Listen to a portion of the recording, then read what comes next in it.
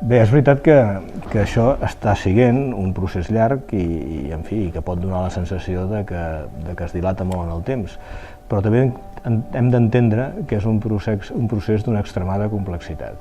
3 fases que té el PEDU.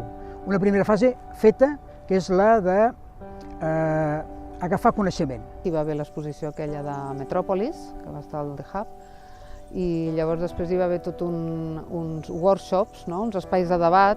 Eren unes reunions de tècnics vinculats a tots els municipis i vinculats a totes les àrees, des de medi ambient fins a mobilitat i fins a urbanisme, i s'elaboraven propostes, conclusions, preocupacions. Després ara estem en una fase d'elaboració de la diagnosi i de materialitzar en propostes concretes. La fase que està a punt de començar seria la de la participació ciutadana, on s'obrirà a que la ciutadania participi en aquesta redacció del Pla Director Urbanístic. Igual que els tècnics, diguéssim, municipals, hem pogut aportar un coneixement més específic, els ciutadans que hi viuen, que hi vivim, els diversos, també tenim coses a aportar segur.